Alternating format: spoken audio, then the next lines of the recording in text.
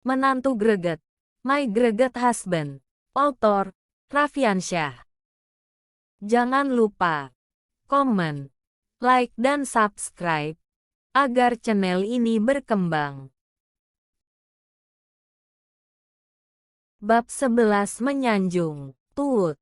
Suara dering telepon baru berbunyi sekali.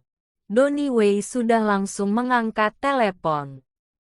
Agar Carmilla Su bisa mendengarnya, Michelle Su bahkan sengaja mengaktifkan pengeras suara. Julia Tang melihat sejenak orang yang menghubunginya. Seketika itu hatinya berbunga-bunga. Dengan senyum dia berkata, "Oh, anakku. Ternyata kalungmu itu pemberian dari Donnie ya. Dia baik sekali padamu. Pria seperti ini harus kamu jaga baik-baik." Suaranya Julia Tang sangat keras. Orang-orang yang duduk di dekat mejanya saja bisa mendengarnya. Mereka semua melihat ke arahnya. Julia Tang sengaja mengatakan itu agar didengar oleh Yogi Chen. Dibandingkan dengan Donnie Wei, Yogi Chen jelas tidak ada apa-apanya. Sementara itu pada waktu bersamaan, Donnie Wei sedang memegang sebuah nasi kotak di tangannya. Berjongkok di tepi jalan dan memakan makanannya dengan cepat dan lahap. Telepon dari Michelle Su membuatnya terkejut. Memangnya Michelle Su tidak tahu bahwa dirinya sudah bangkrut. Dia menyeka sesuap makanan ke mulutnya. Sambil berpikir, siapa sebenarnya yang sudah dia singgung? Bahkan keluarga Chen juga tidak bisa menyelamatkan dirinya. Jika dilihat dari tingkatan dalam keluarga, ibunya sendiri adalah adik perempuan dari kepala keluarga Chen. Walaupun dari keluarga cabang bukan dari keluarga inti, tapi status ibunya juga tidak rendah. Dia memohon ibunya untuk pergi mencari kepala keluarga. Tapi kepala keluarga juga sangat berhati-hati dalam berbicara dan berterus terang mengatakan bahwa Donnie Wei sudah menyinggung seseorang yang tidak seharusnya dia singgung. Donnie Wei yang sekarang sangat miskin hingga lalat saja tidak mau dekat dengannya. Meski tidak tahu kenapa Michelle Su meneleponnya, tapi dia tetap saja mengangkat telepon. "Halo, Michelle. Donnie. Aku sudah menerima Endless Love, nama lain dari Sky City, yang kamu berikan. Sangat indah. Kamu sangat perhatian." Wajah Michelle Su sedikit merona dan berkata, "Aku ingin bertanya padamu. Apakah kamu masih bisa mendapatkan kalung edisi Sky City yang lainnya?" Endless Love. Donnie Wei tertegun sejenak. Lalu berkata, "Michelle, apakah yang kamu maksud adalah kalung imitasi yang aku suruh orang buat dengan menghabiskan biaya 200.000 RMB, sekitar 400 juta rupiah? Imitasi. Benar. Beberapa hari yang lalu aku ingin memberikannya padamu. Tapi bukankah sudah dibuang oleh suamimu yang tidak berguna itu?" Donnie Wei sambil tersenyum berkata, "Kalungnya sekarang masih tersimpan di rumahku. Jika kamu mau, maka aku akan menjualnya padamu dengan harga yang lebih murah." "Jual padaku?" Michelle Su merasa sedikit bingung. Dari nada bicaranya Donnie Wei, jelas bahwa kalung yang dikenakan Michelle Su sekarang bukan pemberian dari dia.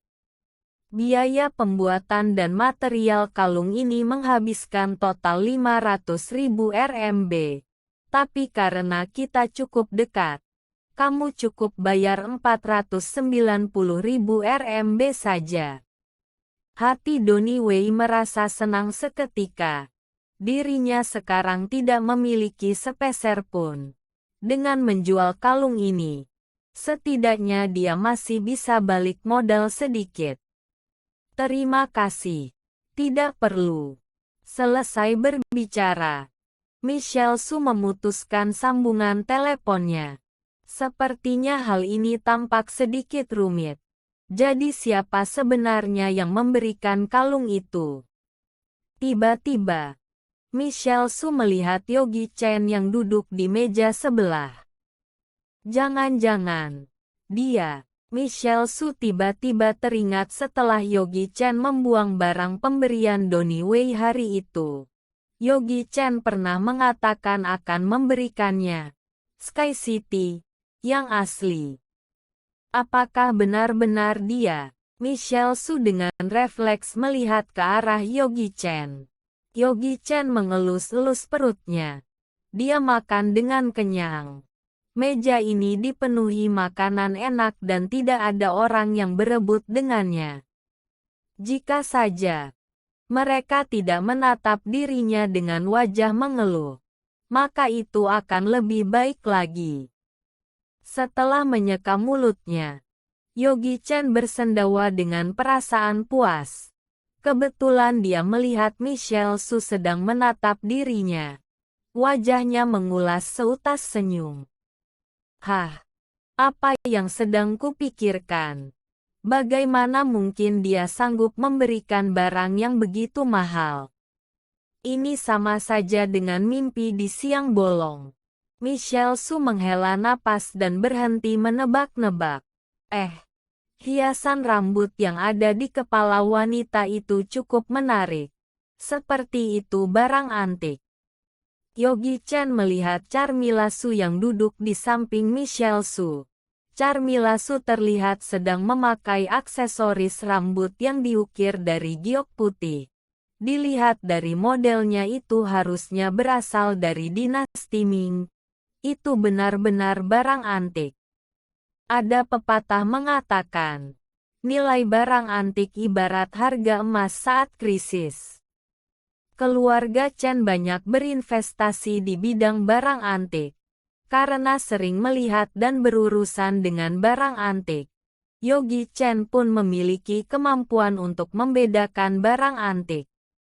Kemudian, keluarga Chen bahkan secara khusus mengundang pelopor nomor 1 pengamat barang berharga dari Huaxia, Guru Han Shuang untuk menjadi pengamat utama barang berharga milik keluarga Chen. Kala itu, begitu libur musim panas tiba Yogi Chen akan mengikutinya untuk belajar. Jika dia tidak salah lihat, aksesoris yang ada dipakai Charmila Su itu harusnya diukir dari giok putih. Sementara jika dilihat dari modelnya, harusnya berasal dari dinasti Ming.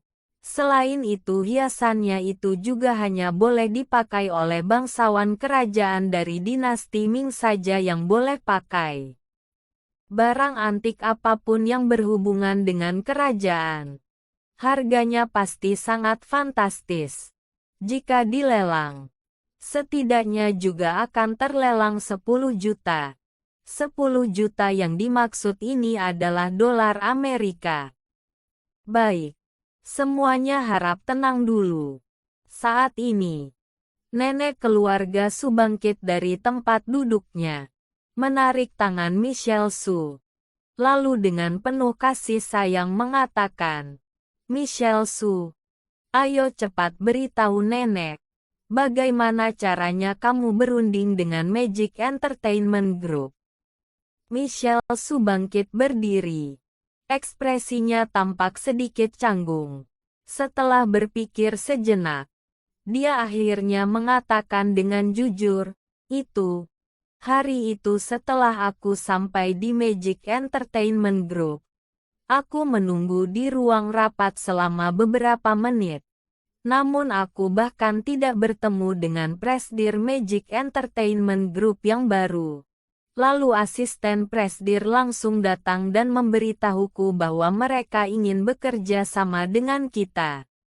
Apa? Masih ada hal sebaik ini? Aku tidak salah dengar bukan? Ternyata dia tidak melakukan apa-apa langsung berhasil menandatangani kontrak. Ini sungguh terlalu mudah. Benar sekali.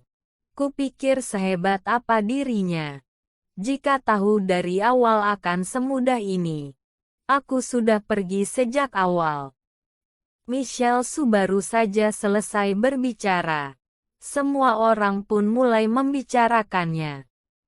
Mendengar keraguan dan ucapan meremehkan dari orang-orang, Henry Su bangkit dari kumpulan orang-orang tersebut, lalu berjalan ke hadapan nenek keluarga Su. Dengan suara pelan dia berkata, "Nenek, hari itu setelah aku beserta hadiah yang kubawa diusir keluar dari Magic Entertainment Group, kita kembali mengutus Michelle Su untuk ke sana. Pasti Magic Entertainment Group merasa tersentuh dengan ketulusan dari keluarga Su, lalu kemudian setuju untuk bekerja sama dengan keluarga Su." Selesai berbicara, dia melanjutkan, "Jika saat itu yang pergi bukan Michelle Su, melainkan orang lain, pasti juga akan berhasil. Jadi, nenek, aku harap Anda bisa melakukan penilaian akan hal ini." Maksud perkataan Henry Su ini sangatlah sederhana. Dia ingin mengambil sedikit jasa dari hal ini. Nenek keluarga Su sejak dulu menyayangi Henry Su. Mendengar Henry Su berkata seperti itu, nenek keluarga Su setuju dengan berkata, "Apa yang dikatakan Henry Su benar. Michelle, jika bukan karena Henry Su yang terlebih dulu berkorban, kamu juga tidak akan semudah itu bisa menandatangani kontrak dengan Magic Entertainment.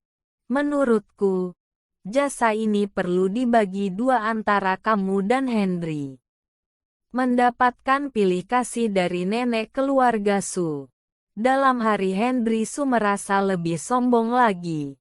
Dia dengan penuh keadilan berkata, "Nenek, sebagai bagian dari anggota keluarga Su dan demi usaha keluarga, apa salahnya jika sedikit dirugikan?" Benar. Anggota keluarga Su sudah seharusnya begitu. Nenek keluarga Su mengangguk dengan setuju. Mendengar pujian dari nenek keluarga Su, Henry Su semakin bersemangat. "Nenek, ku dengar Magic Entertainment Group belum lama ini menandatangani kontrak dengan seorang artis baru. Namanya Emily Liu. Dia sangat cantik. Menurut perkiraanku, Magic Entertainment Group pasti akan sepenuhnya mendukung artis ini. Jika keluarga Su diberikan kesempatan untuk mempermak artis ini, tidak perlu diragukan ini pasti akan mendatangkan banyak uang untuk keluarga kita. Aku bersedia untuk mewakili keluarga Su pergi ke Magic Entertainment Group untuk membahas hal ini besok." Baik, nenek keluarga Su semakin melihat Henry Su. Dia semakin puas. Henry benar-benar sudah dewasa. Sudah bisa membantu nenek untuk menanggung beban keluarga. Michelle Su dan Julia Tang merasa sedikit tidak senang sekarang ini. Jelas-jelas hari ini adalah pesta perayaan hasil kerja Michelle Su. Kenapa pada akhirnya jasanya terbagi setengah, lalu malah Henry Su yang menjadi pusat perhatian? Sekarang keluarga Su dan Magic Entertainment Group sudah mencapai kesepakatan awal. Besok Henry Su pergi berunding dengan Magic Entertainment. Itu 100% bisa berhasil. Maka semua jasa pada nantinya akan menjadi milik Henry Su semuanya. Michelle Su menghela napas dalam hati. Siapa suruh dia bukan anak laki-laki dan juga tidak bisa mendapatkan rasa sayang dari nenek. "Nenek, hari ini adalah hari yang membahagiakan. Aku yang akan membayar tagihan makan hari ini." Henry Su dengan gagah berkata, "Kalian semua harus makan dan minum sepuasnya. Jika tidak berarti kalian tidak menghargai aku." Pelayan, keluarkan araknya. Henry Su berteriak pada pelayan yang berada cukup jauh di sana. Setelah mendengar suara itu, dua orang pelayan yang mengenakan baju terusan tradisional datang dengan membawa menu. Tuan, ini adalah menu kami. Arak apa yang Anda butuhkan? Bawa pergi menunya. Henry Su mengesampingkan menu yang ada di hadapannya. Dasar tidak bisa melihat situasi. Hari ini aku sedang senang. Berikan aku arak yang paling mahal di toko ini. 1 botol untuk setiap meja. Aku tidak mau jika bukan yang paling mahal. Baik tuan. Mohon ditunggu sebentar.